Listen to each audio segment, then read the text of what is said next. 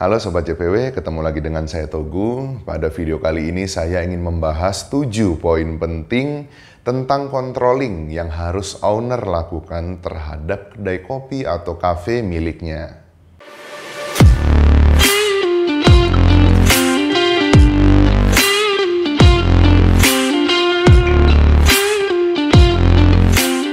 Bagi para pemilik kedai kopi atau kafe, controlling ini seringkali menjadi momok, seringkali menjadi masalah penting, ya, yang sulit untuk diaplikasikan, untuk dilakukan, ya, sehingga lemahnya controlling ini menyebabkan kedai kopi atau kafe kita ini sulit untuk berkembang. Bahkan jika controlling yang lemah, ya, itu akan menyebabkan sesuatu yang fatal, ya, customer banyak yang kecewa, kita tidak tahu, lama-lama kafe kita sepi dan akhirnya tutup. Nah, pada video kali ini saya ingin membahas 7 poin penting ya tentang controlling yang owner harus lakukan setiap hari ya terhadap tim di bawahnya, terhadap kafenya. Apa aja? Yuk kita bahas. Yang pertama, controlling mengenai konsistensi menu atau rasa. Bagaimana cara kontrolnya? Untuk mengkontrol konsistensi menu atau rasa ya yang saya lakukan sendiri itu saya menggunakan beberapa metode. Yang pertama, ya itu saya ketika saya datang ke JPW Cafe itu saya melakukan random order aja ya menu-menu yang kita udah lama nggak order, yaitu kita order setiap kita datang, kita order menu yang berbeda agar kita tahu masing-masing menu tersebut rasanya masih sama sesuai dengan SOP atau tidak. Cara yang berikutnya adalah kita melakukan guest order, itu kita omongin ke kasir atau waiters ya ketika kita mau order, saya mau order menu A. Jangan kasih tahu ke kitchen atau bar kalau itu orderannya dari owner, dari saya misalnya. Ya, kenapa? Karena biasanya ketika tahu itu orderan dari owner, barulah nih orang bar, orang kitchen ini serius bikin menunya. Jika itu tahu dari customer biasa, ya mereka hanya sekedar buat, dan itu sering terjadi. Dan itu berbahaya. Ya, menu yang tidak konsisten itu bisa menyebabkan customer kita kabur. Ya, jika kita udah melakukan guest order ya, kita sebagai tamu gitu ceritanya, order mereka rasanya sama, ya itu kita udah cukup tenang lah, artinya mereka kerja memang benar-benar serius. Jika ternyata rasanya beda, itu wajib kita tegur, wajib kita evaluasi lagi. Ya, kita pastikan mereka ke depannya bekerja harus benar-benar sesuai SOP. Siapapun yang order harus dibuat dengan sebaik-baiknya. Agar rasanya konsisten, customer tidak kabur, dan customer balik lagi, bahkan mereka merekomendasikan ke teman-teman mereka. Cara yang berikutnya yang saya lakukan untuk mengkontrol konsistensi menu adalah saya menggunakan Google Review. Ya, dengan Google Review ini customer bisa bebas melakukan review secara online ya.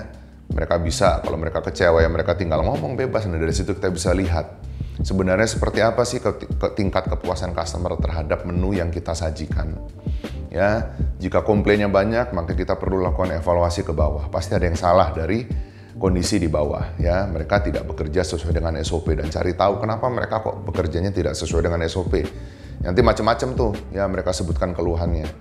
Ya, nah itu tergantung kita menyikapinya seperti apa. Bisa juga loh dari sarana dan prasarana yang tidak memadai itu menyebabkan menu yang tidak konsisten.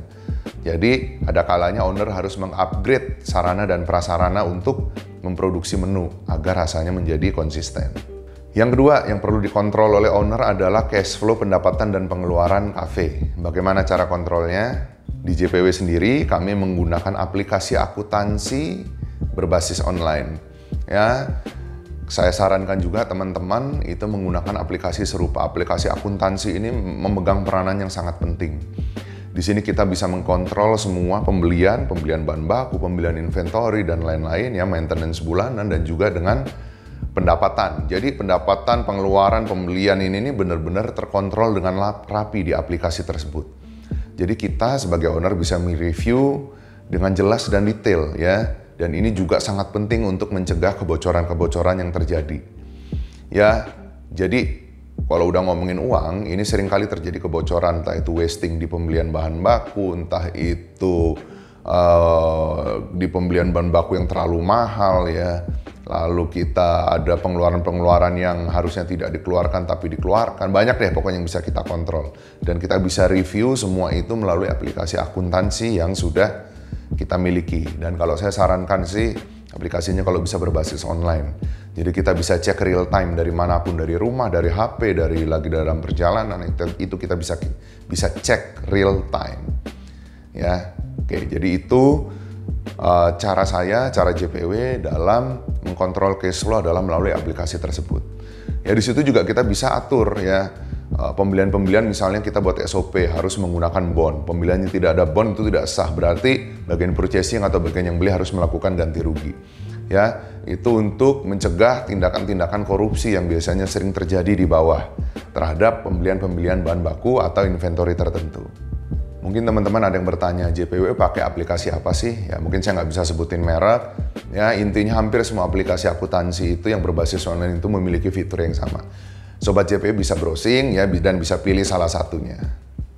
Oke, poin ketiga dari controlling yang harus owner lakukan adalah cek stok bahan baku. Bagaimana cara kontrolnya? Oke, untuk mengkontrol stok bahan baku, lagi-lagi saya menyarankan Sobat JPW semua menggunakan aplikasi akuntansi berbasis online. Karena zaman sekarang ini semua aplikasi akuntansi berbasis online ini sudah mencakup fitur-fitur untuk bahan baku produksi ya, untuk menu ya. Nah itu sudah ada tuh biasanya tuh. Nah dengan fitur-fitur ini kita akan lebih mudah dalam mengkontrol. Ya, kita dari pembelian kita input, beli misalnya kita beli biji kopi 5 kilo misalnya ya. Lalu ada penjualan kopi 100 cangkir, harusnya sisanya sekian kilo, nanti kita tinggal cek nanti di situ. Ya, kita cek realnya sisanya tinggal berapa gram nih, tinggal berapa kilo lagi nih. Sesuai nggak nih dengan penjualannya nih? Ya, jika ada selisih, nah itu kita harus cari tahu, kita telusuri sampai ketemu. Apakah ada penjualan yang belum diinput? Atau jangan-jangan ada kecurangan dari pihak bar ya, melakukan penjualan tanpa struk. Ya, atau jangan-jangan ada bahan baku yang dibawa pulang sama karyawan, bisa aja loh, itu semua bisa terjadi. Jadi peranan aplikasi akuntansi ini udah penting banget deh. Saran saya semua pemilik kedai kopi atau kafe, ya jika ada budget, ya sisihkan sedikit untuk menggunakan aplikasi akuntansi. Karena itu sangat vital sekali.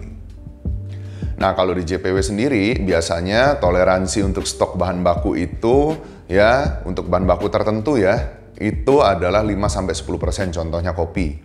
Ya kopi itu biasanya ada wasting. Ya, ketika kita kalibrasi, kita itu bisa menghabiskan beberapa puluh gram setiap harinya. Nah, itu ada toleransi kalau untuk bahan baku kopi. Yang biasanya 5-10%. Ya, tapi itu tergantung kebijakan kafe masing-masing sih. Kalau kalian bisa menekan itu sampai di bawah 5% atau bahkan 0%, jadi kalibrasi itu ya hanya benar-benar sekali kalibrasi langsung jadi, itu lebih keren lagi. Tapi itu biasanya jarang terjadi sih. Kalibrasi itu biasanya membutuhkan beberapa proses ya. Ya, beberapa kali percobaan sampai menemukan kalibrasi yang tepat. Nah, dengan aplikasi akuntansi ini nanti kalian bisa lihat apakah stok yang tersisa itu masih masuk dalam rasio wasting tadi atau tidak. Jika tidak, berarti ada yang salah dengan manajemen di bawah. Ya, nah itu kita harus telusuri sampai ketemu. Yang keempat, yang harus owner kontrol itu adalah cek kebersihan kafe. Ya, bagaimana cara kontrolnya? Yang JPW lakukan sendiri, kami sudah membuat SOP secara detail untuk kebersihan. OB masuk jam berapa, pulang jam berapa. Ketika masuk, yang dikerjakan itu apa saja, apa dulu yang dibersihkan. Sejam sekali harus ngecek toilet, sejam kali harus ngecek lantai, ya harus keliling kafe ya, melihat apakah ada yang kotor atau tidak. Terutama toilet. Toilet itu adalah bagian yang paling krusial. Ya makanan kalian enak, tapi ketika customer itu datang ke kafe ngelihat toiletnya jorok, itu bisa nggak mau balik lagi loh. Kelihatannya sepele, tapi itu vital. Ya, jadi untuk kebersihan, Sobat JPW harus punya SOP yang detail tentang kebersihan. Lalu untuk kontrol kebersihan, pastikan juga selain sudah memiliki SOP, Sobat JPW punya orang yang memang tipikalnya itu resik atau pembersih, orang yang tidak suka melihat hal-hal yang kotor. Ya, yang risih kalau ngelihat sesuatu yang kotor, pastikan kalian punya tim yang seperti itu. Karena kalau tim kalian mentalnya jorok, suka yang jorok-jorok, percuma juga. Ada SOP nanti akan tetap jorok juga. Jadi harus ada orang-orang yang memang aware banget nih sama hal yang sifatnya bersih, kotor dikit aja, debu dikit aja udah nggak nyaman. Nah kalau bisa teman-teman cari tim yang mempunyai sifat seperti itu. Itu akan ngebantu banget untuk mengkontrol yang namanya kebersihan. Selain SOP buat OB, kebersihan juga itu adalah SOP buat waiter, sebagaimana mereka harus mengecek kursi dan meja ya setiap saat, harus dipastikan dalam keadaan bersih, kapan mereka harus clear up, kapan mereka harus ya mengecek kebersihan keseluruhan dalam membantu OB juga ya. Mereka harus ngecek toilet juga. Jadi kebersihan ini biasanya adalah sebuah kerjasama antara OB, waiters, dan petugas di lapangan lainnya. Ya, jadi jangan hanya mengandalkan OB. Ya, kebersihan ini kelihatannya sepele tapi itu vital. Semakin bersih kafe kita, ya, semakin orang nyaman juga berkunjung, ya. Itu percaya atau enggak, tempat yang bersih itu mampu menarik rezeki lebih banyak. Jadi pastikan kafe kita selalu dalam keadaan bersih. Yang kelima adalah cek kualitas pelayanan dari waiter. Bagaimana cara kontrolnya? Untuk mengkontrol kualitas pelayanan sebenarnya mirip-mirip aja sih dengan mengkontrol konsistensi menu. Ya, jadi paling gampang mengontrol kualitas pelayanan itu adalah kita dengan menggunakan review online itu tadi, ya. Cara paling mudah dan gratis adalah menggunakan Google Review. Karena biasanya di Google Review itu customer akan melakukan review terhadap pelayanan, menu, kebersihan, dan fasilitas. Ya, nah yang paling ditekankan biasanya di Google Review itu adalah pelayanan dan menu. Nah, dari situ kita bisa tahu tuh sebenarnya bagaimana sih kinerja tim kita di bawah dalam melayani customer ini sudah maksimal atau belum. Ya. Lalu jika memungkinkan, ya kita sebagai owner juga kita cukup akrab dengan customer gitu. Nah, dengan kita cukup akrab, kita bisa tanya langsung sebenarnya bagaimana sih ya experience kalian itu ketika berkunjung ke kafe kita ini, gitu. Apakah ada masalah, ada kendala atau enggak, gitu.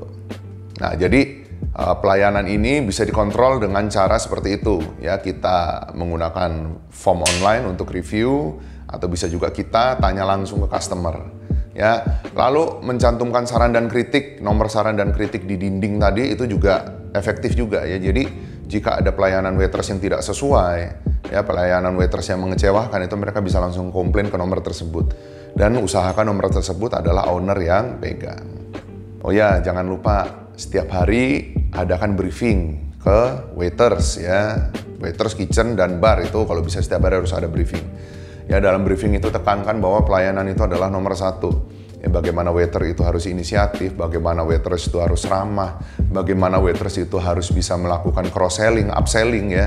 Customer ordernya A, gimana caranya biar dia order B juga. Gimana caranya agar waiters itu bisa menawarkan menu-menu yang memang memiliki keuntungan lebih buat kafe, ya, seperti itu. Itu akan sangat signifikan sekali dalam membantu kafe untuk meningkatkan omset. Nah, itu briefing itu kalau bisa diadakan setiap hari. Kalau perlu adakan pelatihan seminggu atau 2 minggu sekali terhadap para waiters. Ingat bahwa waiters ini adalah ujung tombak dari kedai kopi atau kafe. Jadi pastikan waiters kita sudah mumpuni. Poin ke-6, controlling yang harus owner lakukan adalah cek speed delivery terhadap menu yang diorder. Bagaimana cara kontrolnya? Ketika awal-awal JPW Cafe buka, kita sering mengalami masalah terhadap speed atau delivery order, ya. Dan itu setelah kita evaluasi ternyata ada 2 yang penyebab masalah penting. Kenapa kadang-kadang makanan itu suka lama keluar? Yang pertama adalah kurangnya manpower atau tenaga kerja. Ketika orderan itu menumpuk di waktu yang sama, di jam yang sama, itu karena tenaganya kurang, akhirnya makanan itu delay-nya terlalu lama. Ya, akhirnya membuat customer itu menjadi kecewa. Tapi nggak ada masalah, itu kita evaluasi dan kita perbaiki. Solusinya ketika kita sudah tahu jam-jam sibuk tertentu, yaitu kalau bisa tenaga ditambah, bisa menggunakan freelance, ya, atau menggunakan karyawan yang rolling dan sebagainya. Kedua, penyebab delivery order itu menjadi lama, itu biasanya karena sarana dan prasarana yang tidak memadai. Ya, contoh untuk orderan nasi goreng, dulu JPW menggunakan kompor biasa, ternyata itu tidak efektif. Ya, kita evaluasi, akhirnya kita menggunakan kompor high pressure. Ya, jadi kita menggunakan, sekarang kita sudah menggunakan Kuali Reng, ya, itu bisa memproduksi nasi goreng dengan cepat, apinya gede dan rasanya pun enak misalnya. Karena nasi goreng itu adalah menu-menu made by order, ya, yang membutuhkan waktu untuk diproduksi dan kadang-kadang biasanya itu kalau sarana prasarana tidak memadai akan memakan waktu yang lama. Ya, jadi pastikan bahwa sarana dan prasarana kafe kalian itu sudah memadai untuk memenuhi semua orderan yang ada, bahkan untuk antisipasi ketika terjadi crowd order dalam waktu yang bersamaan. Yang terakhir, poin nomor 7 adalah cek inventory barang. Bagaimana cara kontrolnya? Inventory yang dimaksud di sini adalah bukan inventory, bukan bahan baku, ya. Ini adalah inventory misalkan seperti gelas, piring, ya, peralatan masak, peralatan di bar. Ya, kalau di kopi itu ada French press, ada V60, ada paper filter, ada ya peralatan untuk mesin, ada macam-macam lah. Nah, itu teman-teman harus perhatikan dengan detail dan harus dikontrol juga. Itu mungkin nggak perlu tiap hari, tapi itu harus dikontrol minimum 2 minggu sekali atau sebulan sekali. Jika teman-teman menggunakan aplikasi akuntansi untuk Inventoro ini juga sudah ada fiturnya. Ketika kita membeli barang tertentu, ya kita bisa cek ketika kita beli di awal bulan misalnya. Nanti akhir bulan kita cek, kita beli gelas 5 lusin, piring 5 lusin misalnya. Nah itu akhir bulan sisa berapa? Jika berkurang, itu kita harus cari tahu kemana. Apakah pecah? Pecahnya karena apa? Karena karyawan, karena customer, atau karena apa? Nah jika tidak, bisa aja itu piringnya dibawa pulang sama karyawan. Itu nggak menutup kemungkinan loh, jadi hati-hati. Ya, inventory kayak gini nih harus terdata dengan rapi, dan paling gampang itu menggunakan aplikasi akuntansi. Dan saya sangat menyarankan Sobat JPW menggunakan aplikasi akuntansi dalam mengelola kedai kopi atau kafe milik Sobat JPW semua. Inventory ini terlihat sepele, tapi secara tidak sadar itu juga akan menggerus pendapatan kita yang nilainya cukup lumayan loh. Jadi jangan main-main sama inventory, itu harus dikontrol dengan benar. Nah, kurang lebih itulah 7 poin penting tentang controlling yang harus owner lakukan terhadap kedai kopi atau kafe miliknya. Ya, semoga video ini bermanfaat buat Sobat JPW semua. Ya, terus support channel YouTube JPW Indonesia dengan memberikan like dan subscribe. Terima kasih.